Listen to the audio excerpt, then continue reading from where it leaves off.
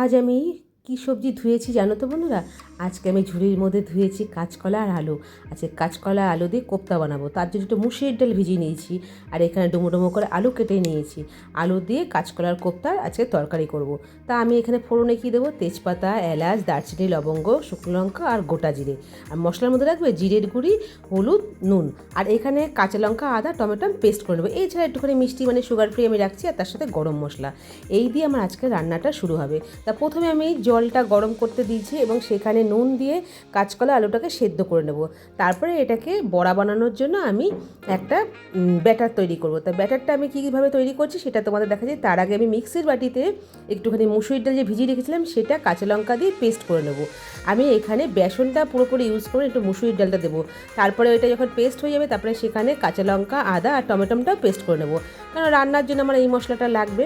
এইবার আমি ব্যাটারটা বানাচ্ছি। ব্যাটারটা বানানোর জন্য দেখো এখানে আমি মুসুরির ডাল বাটা নিয়ে নিয়েছি, কাঁচকলা, আলু, তার সাথে একটুখানি মিষ্টি দিয়েছি মানে সুগার ফ্রি দিয়েছি, একটু নুন, হলুদ আর একটু কাঁচা লঙ্কা বাটা তো আগেই দেওয়া ছিল, আর বেসন নিয়েছি অল্প পরিমাণে, আর ডিম দিয়েছি। মেন ডিম আর হচ্ছে গিয়ে আর ডাল বাটাটা সেটাই হচ্ছে গিয়ে ব্যাটারটাকে সুন্দর আটোসাটো করে রাখবে।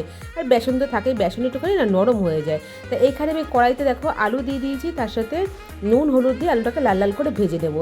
আর আমি শুধু বেসন দিয়ে বড়াটা করিনি, কেন খুব নরম হয়ে যেত বড়াটা, সেই জন্য একটু মুসুরির ডাল দিয়েছি। এখানে দেখো তেল গরম করে নিচ্ছি প্যানে। এবার হচ্ছে কি আমি বড়াটাকে সুন্দর করে মেখে নিয়ে একটা একটা করে বড়া তেলে ছেড়ে দেবো। বড়াটা এপিট এপিট করে ভেজে নামিয়ে নেব। তারপরে আমি শুরু করবো তরকারি রান্নাটা। তাই এই বড়াটা না গরম গরম অবস্থায় খেতে দারুণ লাগছিল। মানে আমি তরকারি করব কি, মেন হচ্ছে ভাজাটাই মনে হচ্ছে খাই শুধু। তাই এখানে দেখো দু পিঠ লাল লাল করে আমি ভেজে তুলে নিয়েছি বড়াটা। যেহেতু আমি প্যানে বড়াটা করছি না, আমার অনেকগুলো বড়া একসাথে করা হয়েছে, এবার দুবারেই বড়া ভাজা হয়ে গেছে। এইবার তেলে হচ্ছে কি তেজপাতা, গোটা জিরে, তারপরে হচ্ছে গিয়ে শুকনো লঙ্কা, গোটা গরম মশলা মানে এলাচ, দারচিনি, লবঙ্গ দিয়ে আমি একটু তেলে নাড়িয়ে নিয়ে তারপরে ওই যে পেস্ট করেছিলাম টমেটো, আদা, কাঁচা লঙ্কা, সেই পেস্টটা দিয়ে দিলাম। এটাও সুন্দর করে কষিয়ে নেওয়ার পরে জিরে, হলুদ, জিরের গুঁড়ি, হলুদ আর হচ্ছে গিয়ে লবণ দিয়ে একটা মশলা বানিয়ে রেখেছিলাম, সেই মশলার গোলাটা আমি দিয়ে দিলাম। সেটাকেও ভালো করে কষিয়ে নিয়ে যখন তেল বেরিয়ে আসবে না, তখন আমি এর মধ্যে আলুটা দেবো।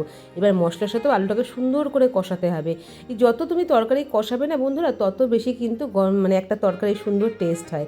তাই এখানে দেখো আমার আঙুল দিয়ে তোমাদের দেখাচ্ছি, তেলটা মোটামুটি আমার তরকারি থেকে বেরিয়ে এসছে। এইবার আমি এর মধ্যে গরম জল অ্যাড করলাম।